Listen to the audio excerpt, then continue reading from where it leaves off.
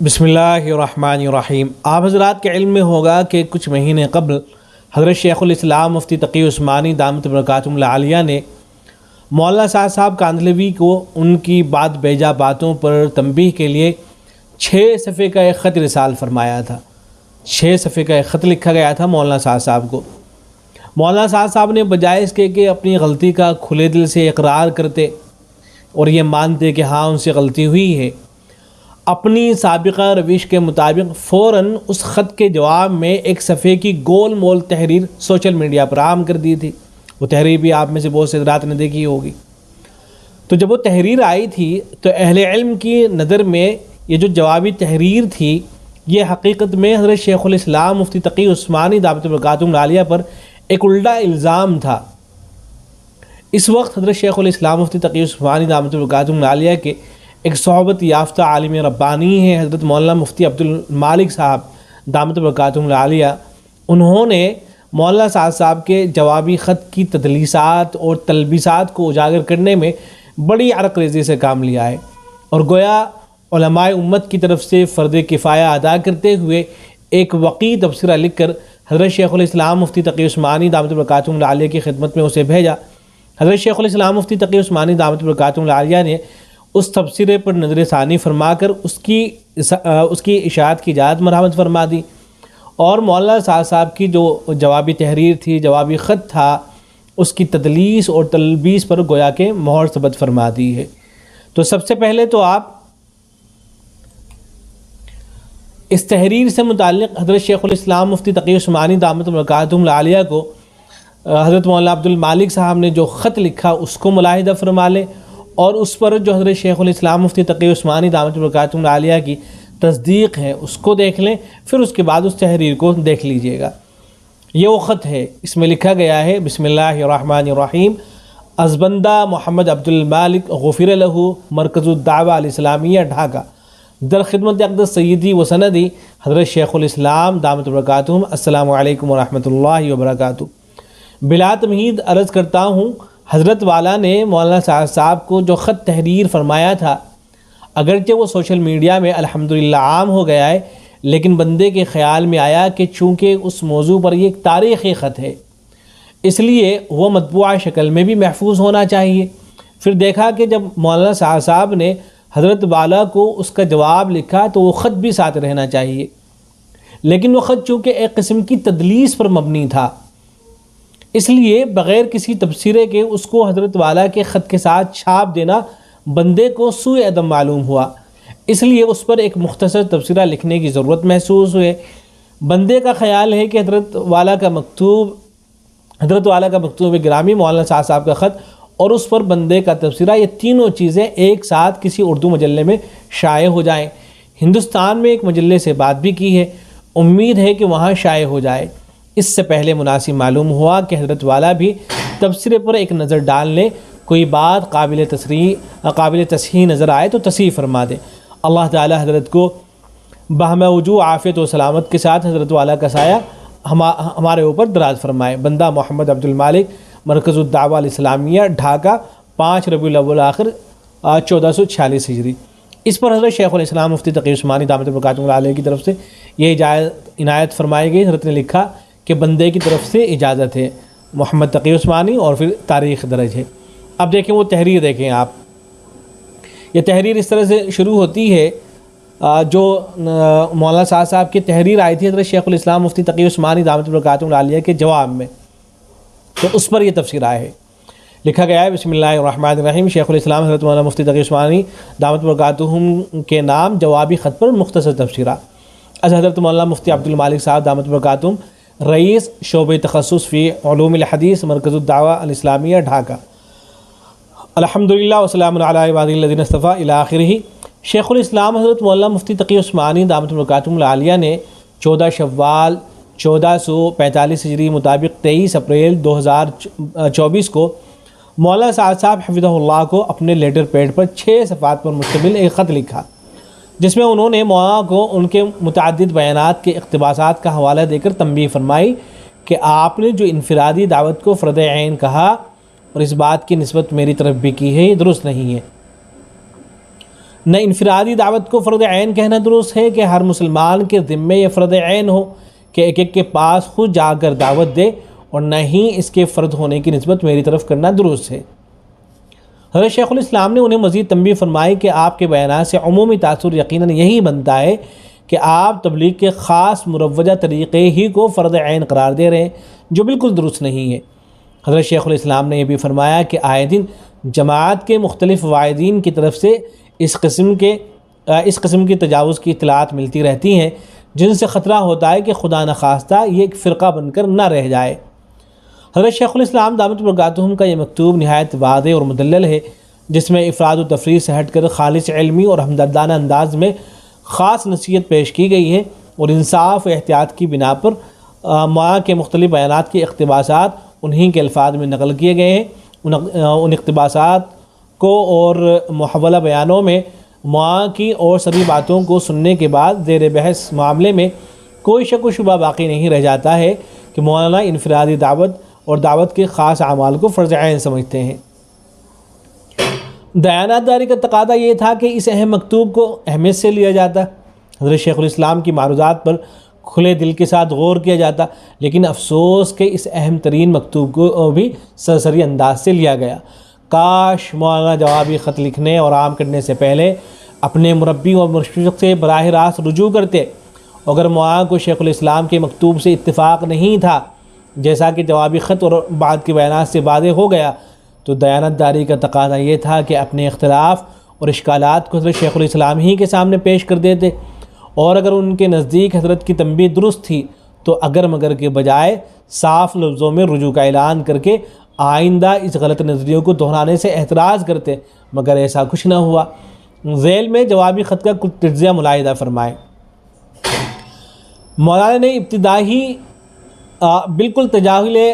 عارفانے کے طور پر اس طرز پر کی ہے۔ بعض احباب نے میرے پاس آپ کی ایک تقریر تحریری شکل میں بھیجی ہے، یہ مولانا صاحب کے الفاظ ہیں، جس میں میری طرف یہ بات منسوب کی گئی ہے کہ انفرادی دعوت ہر مسلمان کے ذمہ فرض عین ہے، اور یہ بات میں نے جناب کی طرف منسوب کر کے کہی ہے۔ حالانکہ نمبر 1، اب اس پر تفصیلات سنیں۔ حضرت نے اپنے لیٹر پیڈ پر براہ راست خط لکھا تھا، جو باضابطہ حضرت کے دفتر سے معاہ کے پاس روانہ کیا گیا تھا۔ اسے تقریر سے نقل کر کے کسی نے تحریری شکل میں بھیجا ہو، اس کا تو سوال ہی پیدا نہیں ہوتا۔ خط میں جنہیں اپنا مربی و مشفق، مشیر و محب لکھا جا رہا ہے، ان کے ساتھ ایسا سلوک کیوں اختیار کیا گیا، اس کی وجہ سمجھ میں نہیں آئی۔ نمبر 2، جو بات وہ اپنے بیانوں میں کہتے ہی رہتے ہیں اور بالکل صریح عبارتوں میں کہتے رہے ہیں، اس کے بارے میں یہ کہنا کہ میری طرف یہ باتیں منسوب کی گئی ہیں، تجاہل عارفانہ ہے۔ تجاہل عارفانہ کا مطلب یہ ہوتا ہے کہ آدمی کو پتہ ہو اور پھر انجان بننے کی کوشش کر رہا ہو، جانتے ہوئے بھی انجان بننے کی کوشش کرنا۔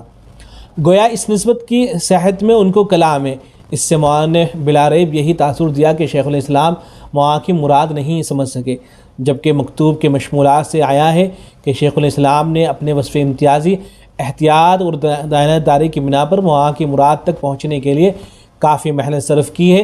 اور مولانا کے طرز فکر سے پوری طرح واقف ہو کر مجبوراً یہ مکتوب تحریر فرمایا ہے، اور ثبوت کے لیے بعض اقتباسات بھی درج کیے ہیں۔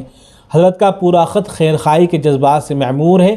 اور تعبیرات شرافت اور نرمگوئی سے پر ہیں۔ معلوم نہیں کہ ایک واضح چیز میں حضرت شیخ الاسلام کے ساتھ اس طرح کی تدلیس کرنے کی کیا ضرورت پیش آئی۔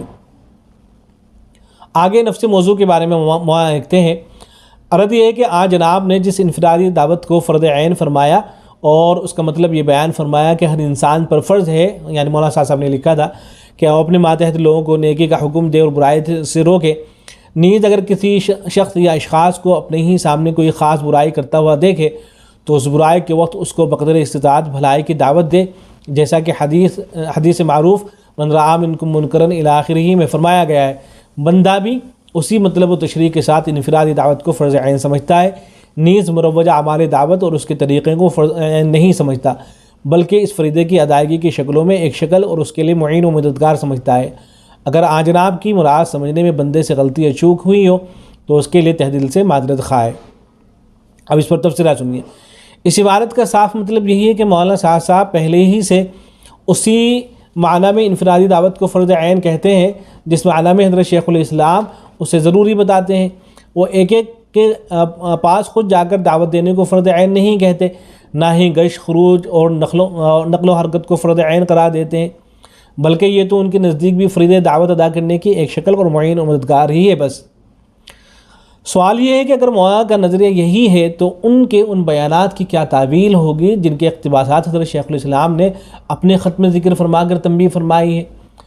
اس سے یہی ترشح ہوتا ہے کہ گویا معاہدہ کے نزدیک شیخ الاسلام دامت برکاتہم بھی ان کی مراد کو نہیں پہنچ سکے، انہوں نے بلا سمجھے معاہدہ کی طرف ایک ایسی بات منسوب کر دی جو ان کی مراد نہیں تھی۔ ہم حیرت زدہ ہیں معاہدہ کی اس جرأت و بے باکی پر۔ اصل میں مولانا سعد صاحب کی طرف سے اب تک جو بھی جوابی خطوط عام کیے گئے ہیں ان کا مضمون خود مولانا کے پہلے اور بعد کے عمومی بیانات سے قطعاً میل نہیں کھاتا۔ یہ بہت انتہائی اہم بات ہے، اس کو بغور سماعت کیجیے گا۔ یعنی ہوتا یہ ہے کہ مولانا یہ تو کہہ دیتے ہیں کہ حضرت جو کچھ آپ فرما رہے ہیں میں بھی وہی کہنا چاہتا ہوں، میری مراد بھی یہی ہے، لیکن پھر وہ انہی باتوں کو ریپیٹ کرتے ہیں، انہی باتوں کو دہراتے ہیں جن باتوں سے ان کو منع کیا گیا ہوتا ہے۔ اسی وجہ سے معاہدہ کا رجوع شروع ہی سے صرف کاغذی رجوع ثابت ہوا ہے، واقع نفس الامری سے اس کا کوئی تعلق نہیں ہے۔ یہاں صرف ایک واقعے پر ہم قارئین کی توجہ مبذول کرانا چاہتے ہیں۔ 11 ربیع الاول 1438 ہجری مطابق 11 دسمبر 2016 کو ان کے رفقا معاہدہ کی طرف سے رجوع پر مشتمل دوسری تحریر دارالعلوم دیوبند لے کر آئے۔ یہ تحریر اسی دن اساتذہ دارالعلوم کی مجلس میں پیش کر دی گئی جس پر سب نے اطمینان کا اظہار کیا، اور اسی وقت ایک مختصر تحریر بطور رسید دے دی گئی اور مفصل تحریر روانہ کرنے کا وعدہ کر لیا گیا۔ اسی وقت گویا کہ مسئلہ ختم ہو گیا تھا، لیکن پھر آگے کیا ہوا؟ چنانچہ حسب وعدہ 13 ربیع الاول 1438 ہجری مطابق 13 دسمبر 2016 بروز منگل مفصل تحریر تیار کر کے مولانا موصوف کے پاس بھجوا دی گئی۔ لیکن حیرت کی بات ہے کہ عین اسی تاریخ یعنی 13 ربیع الاول 1438 کو مولانا موصوف نے بعد فجر اپنی تقریر میں حضرت موسیٰ علیہ السلام کے بارے میں مرجوع عنہ باتوں کو نہ صرف دہرایا بلکہ بے باک طریقے پر اس جملے کا اضافہ بھی کیا، یعنی جس سے منع کیا تھا وہ باتیں کر دی، پھر سے دوبارہ مزید اور بھی چیزوں کا اضافہ کر دیا۔ تو اس جملے کا بھی اضافہ کر دیا کہ 40 دن موسیٰ علیہ السلام نے دعوت اللہ کا کام نہیں کیا۔ نعوذ باللہ، میں جو بات کہہ رہا ہوں سمجھ کر کہہ رہا ہوں، صرف 40 رات موسیٰ علیہ السلام نے دعوت اللہ کا عمل نہیں کیا۔ نعوذ باللہ۔ معاہدہ کے اس بیان نے خدام دارالعلوم اور ساری دنیا کے اہل علماء کو حیرت اور تعجب میں ڈال دیا کہ ایک طرف تو معاہدہ کے دستخط کے ساتھ دارالعلوم میں رجوع نامے موصول ہو رہے ہیں اور دوسری طرف مولانا مرجوعاً باتوں کو اپنی تقریر میں بدرسو دہرا رہے ہیں اور یہ بھی کہہ رہے ہیں کہ میں جو کچھ کہہ رہا ہوں سمجھ کر کہہ رہا ہوں۔ مجبوراً دارالعلوم دیوبند نے مرسلہ تحریر روک لی۔ اگر غور کیا جائے تو یہی واقعہ معاہدہ کی جوابی تحریروں کی حقیقت شناسی کے لیے کافی ہے۔ بالآخر بار بار تنبیہ و مراجعات کے بعد سیدنا موسیٰ علیہ السلام پر جو زبان درازی کی تھی اس سے مولانا سعد صاحب نے بلا شرط رجوع کر لیا، لیکن دسمبر 2023 بھوپال اجتماع میں پھر ایک اور معاملے میں حضرت موسیٰ علیہ السلام پر نکتہ چینی کی۔ بس اللہ ہی جانتے ہیں کہ کب وہ انبیاء علیہ السلام کی پاک سیرت کے بارے میں نکتہ چینی سے باز آئیں گے۔ یہاں حاشیے میں پھر لکھا گیا ہے حضرت مولانا عبد المالک صاحبی کی طرف سے کہ 2018 میں اورنگ آباد کے اجتماع میں سید المرسلین صلی اللہ علیہ وسلم کے ایک واقعے پر طنز کیا، پھر 2019 میں سیدنا سلیمان علیہ السلام پر نکتہ چینی کی، 2023 میں موسیٰ علیہ السلام پر جیسا کہ عرض کیا گیا 10/9/2018 بعد فجر کے بیان میں عمومی طور پر ایک معاملے میں نبی صلی اللہ علیہ وسلم کے علاوہ سارے انبیاء علیہ السلام پر نقد کیا ہے۔ اسی طرح 11 دسمبر 2016 بعد فجر کے بعد کے بیان میں سیدنا یوسف علیہ السلام پر نہایت خطرناک انداز سے نکتہ چینی کی ہے۔ ان میں سے کسی بھی جرم سے رجوع ثابت نہیں ہے۔ آگے سنیے۔ علاوہ ازیں 10 ربیع الثانی 1438 مطابق 9 جنوری 2017 کو تیسرے رجوع نامے میں مولانا نے دارالعلوم دیوبند کو لکھا تھا، بندے کا کوئی بھی ایسا بیان جس سے تبلیغ کے علاوہ دین کے دوسرے شعبوں کی ناقدری سمجھ میں آتی ہو یا جس سے تبلیغ کے شرعی حکم کو خاص طریقے کے ساتھ محدود کر دینا لازم آتا ہو، بندہ اس سے رجوع اور برات کا واضح اعلان کرتا ہے اور انشاءاللہ آئندہ اس بات کا پورا خیال رکھے گا کہ اس قسم کا کوئی تاثر پیدا نہ ہو۔ یہاں تک لکھ دیتے ہیں کہ اتنا خیال رکھوں گا کہ تاثر بھی پیدا نہیں ہوگا۔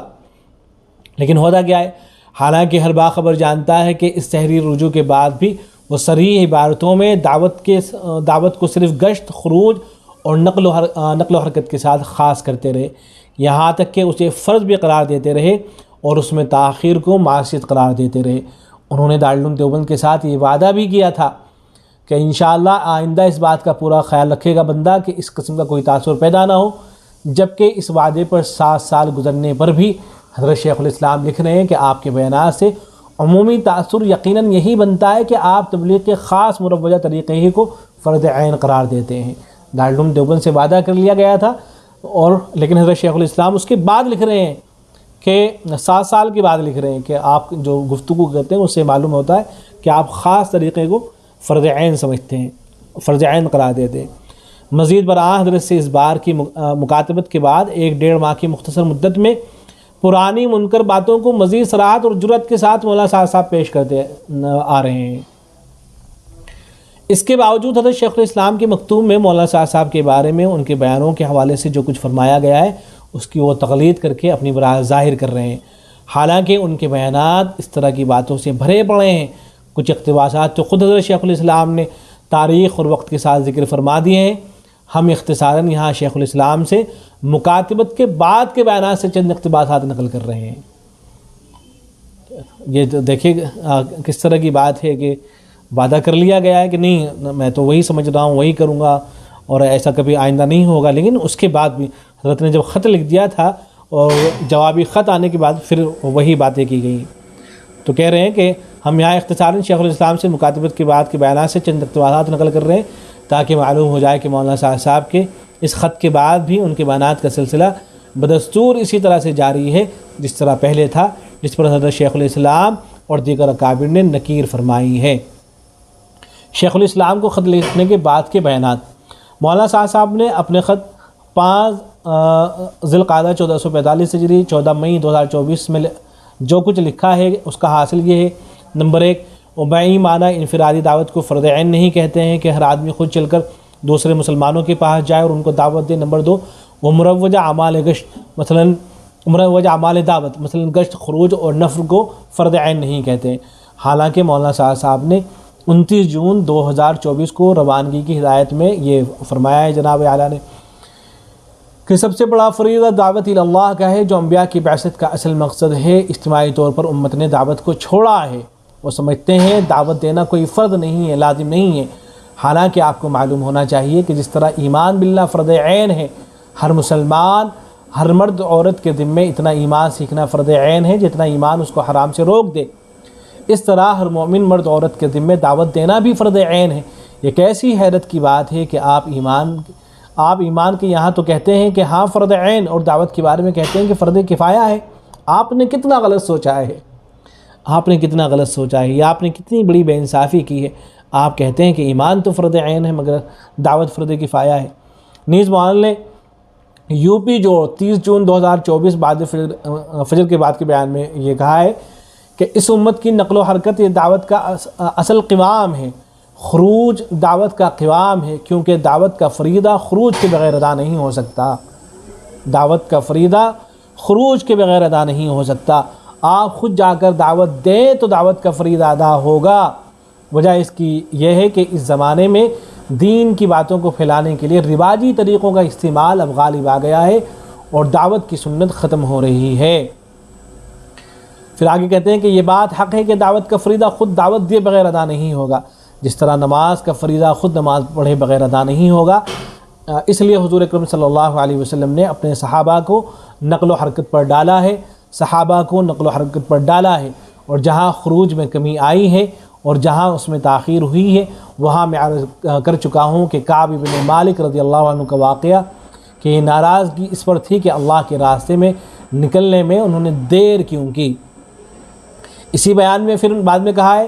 میرے دوستو عزیزو، آپ اگر غور کریں گے تو قرآن کی آیتوں میں اور سیرت و احادیث میں یہ بات بالکل واضح ملے گی کہ جہاں قتال کا کوئی ذکر نہیں، قتال کا کوئی موقع نہیں ہے، وہاں اللہ کے راستے میں نکلنے میں دیر کرنے پر عذاب کی دھمکیاں ہیں۔ ہم تو امت کو نکالنا چاہتے ہیں، کیوں کہ اس امر کو پورا کرنے کے لیے نکالنا چاہتے ہیں۔ اس لیے میں صاف عرض کرتا ہوں کہ امت کو اللہ کے راستے کے خروج کے فضائل سنا کر اور نکلنے میں تاخیر میں وعیدیں سنا کر امت کو نقل و حرکت کا عادی بنانا ہے۔ پھر اسی بیان کے اندر یہ بھی بیان کیا کہ اسی لیے میں آپ سے کہتا ہوں کہ اس زمانے کا ایک نیا فتنہ کھڑا ہوا ہے، کہ اللہ کے راستے میں نکلنا کوئی ضروری نہیں ہے، اور یہ فتنہ مسلمانوں کے ذریعے سے اٹھے گا، یہ فتنہ مسلمانوں کے ذریعے اٹھے گا، نعوذ باللہ من ذالک۔ یہاں حالانکہ فتاویٰ ہیں دارالعلوم دیوبند کے، بھائی اس کام سے لگنا اور اس طرح سے نکل کے جانا ضروری نہیں ہے، اور اس کو فتنہ قرار دے رہے ہیں۔ میں اس کو ایک فتنہ سمجھتا ہوں کہ اللہ کے راستے میں نکلنے کو اللہ کا امر نہ سمجھنا، یہ اس زمانے کا ایک فتنہ ہے اور یہ اس زمانے کی بڑی معصیت ہے۔ میں تو اسے معصیت یقین کرتا ہوں کہ دعوت اللہ کے لیے نکلنے میں دیر کی جائے، اس کو میں معصیت یقین کرتا ہوں، کیونکہ قرآن و حدیث بھرے ہوئے وعیدوں سے اور وعید معصیت کے لیے ہوتی ہیں۔ آپ اگر اندازہ کریں، پھر آگے کہتے ہیں کہ اب تو یہ کہتے ہیں کہ نہیں، نکلنا کوئی فرض نہیں ہے، نکل جائے تو بہتر ہے، اگر آپ نہیں نکلے تو نہ نکلنے پر عذاب کی کوئی وعید نہیں ہے، اور یہ کہنا کہ عذاب کی وعید ہے کافروں کو دعوت نہ دینے پر، قتال کے لیے نہ نکلنے پر عذاب کی دھمکیاں، یہ خیال آپ کا بالکل غلط ہے۔ یہ علماء کی تردید ہے، سب علماء جو کہتے ہیں۔ پھر ایسے ہی 2023 مئی کو اپلوڈ کیا گیا بیان ہے، اس میں کہتے ہیں کہ بات ذہن میں رہے کہ خروج اور نقل و حرکت پر یہ کام کا قوام ہے، اور واقعی میں صاف کہتا ہوں کہ اللہ کے امر کی وجہ سے ہم نکلتے ہیں، ورنہ صرف نکلنے کا مقصد دین سیکھنا نہیں ہے، صاف دین سیکھنے کی حد تک تبلیغ میں لگنا، یہ اس کام کو گزرگاہ بنانا ہے، اس کام کو گزرگاہ بنانا ہے۔ ہم تو عرض کرتے ہیں کہ ہم تو نفر اللہ کے امر کی وجہ سے کرتے ہیں، نفر کس لیے ہیں؟ اللہ کے امر کی وجہ سے، اور یہ نفر کا ایسا امر کہ یہ قتال پر محمول نہیں ہے، قتال پر موقوف نہیں ہے۔ ہم نفر اللہ کے امر کی وجہ سے کرنا، نفر اللہ کے امر کی وجہ سے اللہ کا حکم ہے، الا تنفروا يعذبكم عذابا الیما۔ یہ بات ذہن سے نکال دیجئے کہ یہ حکم قتال کے لیے تھا، نہیں، ایسا نہیں ہے، یہ حکم نفیر عام کے موقع پر ایسا نہیں ہے۔ بے شمار حدیثیں اور آیتیں مل جائیں گی آپ کو جہاں قتال کا کوئی شائبہ بھی نہیں، کوئی ذکر بھی نہیں دور تک، لیکن نکلنے میں تاخیر پر ناراضگی، نکلنے میں تاخیر پر عذاب ہے۔ ان اقتباسات سے کشمس واضح ہے، سورج کی طرح واضح ہے کہ مولانا صاحب نے 14 مئی 2024 کے بعد شیخ الاسلام کو جوابی خط لکھنے کے بعد کے بیانات میں بھی دعوت کو اسی معنی میں فرض عین کہہ رہے ہیں جس معنی میں وہ پہلے اسے فرض عین کہتے تھے۔ ساتھ ساتھ یہ بھی معلوم ہوا کہ 14 مئی کے خط میں ان کا یہ دعویٰ بھی خلاف واقعہ ہے کہ وہ مروجہ اعمال دعوت کو فرض عین نہیں کہتے ہیں، کیونکہ وہ تو مروجہ خروج کو فرید دعوت جو ان کے نزدیک ایمان کی طرح فرض عین ہے ادا کرنے کا واحد ذریعہ سمجھتے ہیں، اور اس کا ترک ہی نہیں بلکہ اس میں تاخیر کو بھی وہ معصیت یقین کرتے ہیں، کیونکہ خروج ان کے نزدیک براہ راست اللہ تعالیٰ کا امر ہے، اور نص قرآنی الا تنفروا يعذبكم عذابا الیما ويستبدل قوما غیرکم کا براہ راست مصداق ہے۔ اس وقت ان کے بیانات پر مفصل تبصرہ کرنا مقصود نہیں ہے، صرف یہ دکھانا مقصود ہے کہ حضرت شیخ الاسلام دامت برکاتہم کو لکھے گئے خط میں انہوں نے جو کچھ لکھا وہ اس خط کے پہلے بیانات کے جس طرح مخالف ہے، اسی طرح اس خط کے بیانات کے بھی اس طرح اس خط کے بعد کے بیانات کے بھی خلاف ہے۔ حد یہ ہے کہ مولانا نے اپنے اس خط کے ہفتہ ڈیڑھ ہفتہ بعد نظام الدین میں فجر کے بعد ایک مفصل بیان جو 23 مئی کو اپلوڈ کیا گیا، جس کے آخر اقتباسات ابھی اوپر گزرا، اس میں بدگمانی سے متعلق تفصیلی بات کی ہے، جس میں انہوں نے اپنے خیر خواہوں کو تنقید کا نشانہ بنایا کہ وہ اشکال تو کر دیتے ہیں لیکن مراد تک نہیں پہنچتے، کون ہے وہ خیر گاہ؟ یہ حضرت شیخ الاسلام مفتی تقی عثمانی اور دیگر حضرات ہیں، تو ان پر بھی تبصرہ کر دیا کہ یہ لوگ جو ہیں اشکال تو کر دیتے ہیں، مراد تک نہیں پہنچتے۔ اس بیان میں وہ اپنی برات ظاہر کرتے وقت بھی مروجہ اعمال دعوت کو ایمان کے لیے ضروری قرار دیتے رہے۔ یہی کام 7 جون 2024 کے سنت و بدعت والے بیان میں کیا، اور 27 جون 2024 کو اپلوڈ شدہ بیان میں تو ان کے تحکمات اور محتجات پر اعتراض کرنے والوں کو احیاء سنت کے مخالف قرار دے کر گمراہی کہہ دیا، نعوذ باللہ۔ جو ان پر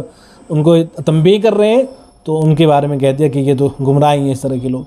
ان تصریحات کے بعد بھی اگر یہ دعویٰ کیا جائے کہ وہ مروجہ اعمال دعوت گشت اور خروج اور نفر کو فرض عین نہیں قرار دیتے تو اس دعویٰ کے غلط ہونے میں کیا شک رہ جاتا ہے؟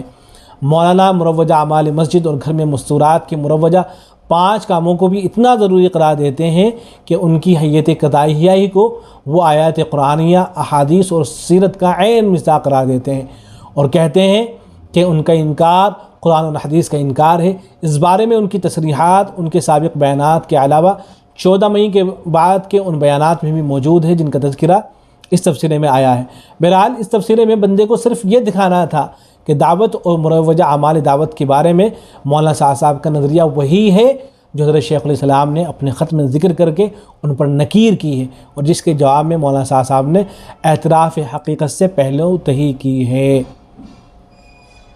پھر آگے ایک بیان ہے 24 ستمبر 2024۔ آخر میں 24 ستمبر 2024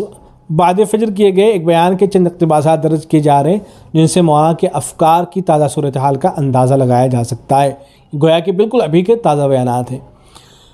نمبر 1، ہم بہت بنیادی بات عرض کر رہے ہیں، آخر دعوت ہر مسلمان کے ذمہ فرض عین کیوں ہے، اور اس راستے میں نکلنا اللہ کا امر کیوں ہے، اور اس راستے میں نکلنے میں دیر کرنا اس پر اللہ کے عذاب کی دھمکیاں قرآن میں کیوں بھری ہوئی ہیں؟ قتال کی وجہ سے بھری ہوئی ہیں، قتال کا حکم ہے اس لیے نکلنا ہے۔ تمہارے دین کی حفاظت، تمہارے دین پر استقامت اور باطل کا مغلوب ہونا حق کے مقابلے میں، یہ اصل خروج کا مقصد تھا، یہ اصل خروج کا مقصد تھا، اس لیے کہ اس سے بڑی دفاعی طاقت کوئی نہیں۔ ساری مادی طاقتیں مسلمان جمع کر لیں، یہ باطل کے سامنے مغلوب ہو کر رہے گا، اور اگر دعوت کو چھوڑ دے۔ اس زمانے کے مسلمانوں کو دیکھو، آدمی سوچ بھی نہیں سکتا مسلمان وہاں پہنچ گیا ہے۔ نمبر 2، بہت بنیادی بات عرض کر رہا ہوں، اتنی اللہ کی غیبی مددیں نکلی، وہ ساری غیبی مددیں اللہ کی قسم صرف اور صرف دعوت کی وجہ سے ملی۔ تم تو عبادت کی بات کر رہے ہو، وہ تو دعا عبادت کا مغز ہے، اور دعوت چھوڑ دینے والوں کی دعائیں اللہ کے یہاں سے مردود ہو جاتی ہیں۔ دعوت چھوڑ دینے والوں کی دعائیں اللہ کے یہاں سے مردود ہو جاتی ہیں، دعوت چھوڑ دینے والوں کی دعائیں اللہ کے یہاں سے مردود ہو جاتی ہیں۔ وہاں 3 مرتبہ بولتے ہیں جب کوئی اس طرح کی بات ان کو کرنی ہوتی ہے۔ اگر کسی ولی سے اور کسی نیک آدمی سے دعا کی درخواست بھی کر لے تو اللہ تعالیٰ ان ولیوں کی بھی دعائیں اس کے حق میں قبول نہیں کرتے ہیں، اور یہ حدیث میں ہے۔ حضور اکرم صلی اللہ علیہ وسلم نے تو اصل کام کیا، آپ نے ہر فرد کو داعی بنایا، اور خود آپ کا معمول بھی ہر فرد کو خود دعوت دینے کا تھا۔ یہ اس زمانے کا فتنہ ہے، میری بات آپ غور سے سنیں گے، یہ اس زمانے کا فتنہ ہے کہ دعوت دینے کے لیے پھرنا کوئی ضروری نہیں، یہ فتنہ ہے اس زمانے کا، اور یہ فتنہ مسلمانوں نے اٹھایا۔ یہ فتنہ کس نے اٹھایا؟ مسلمانوں نے، کہ دعوت کے لیے پھرنا کوئی ضروری نہیں ہے۔ ایک اور اقتباس دیکھیں، یہ خروج یعنی نقل و حرکت یہی ایک واحد ذریعہ ہے جو مسلمانوں کو اسلام پر باقی رکھے۔ آج اچھے ماشاءاللہ پڑھے لکھے لوگ، جنہیں عالم بھی کہا جائے اور جنہیں ماشاءاللہ دینی معلومات اور ان کو دیندار بھی کہا جائے، وہ یہ کہتے ہیں کہ ایسی باتیں نہ کرو، یہ غلو ہے۔ آپ سے یہ نہیں کہہ رہا ہوں، علماء سے کہہ رہا ہوں، اگر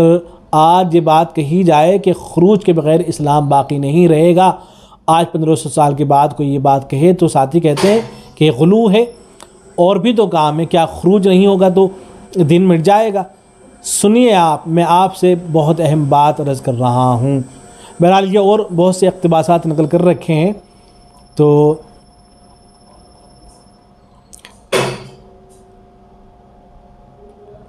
آخر میں لکھا گیا ہے، قارئ کرام ملاحظہ فرمائے، یہ تو بس 20 دن پہلے کا بیان ہے، کیا مولانا صاحب کی ان صریح اور جری بیانوں کے بعد بھی ان کے لیے کہنا جائز ہے کہ وہ تبلیغ کے خاص مروجہ طریقے کو فرض عین نہیں کہتے ہیں؟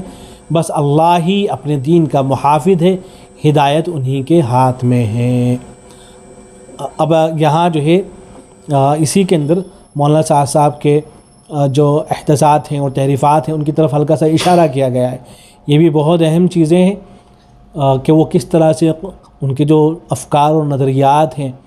جب ان کو بیان کرتے ہیں تو قرآن و سنت سے کس طرح سے وہ غلط استدلالات کرتے ہیں، ان کو یہاں بیان کیا گیا ہے۔ یہ ساری تحریر انشاءاللہ ہم کوشش کریں گے کہ آپ کو اس ویڈیو کے ساتھ مل جائے۔ والسلام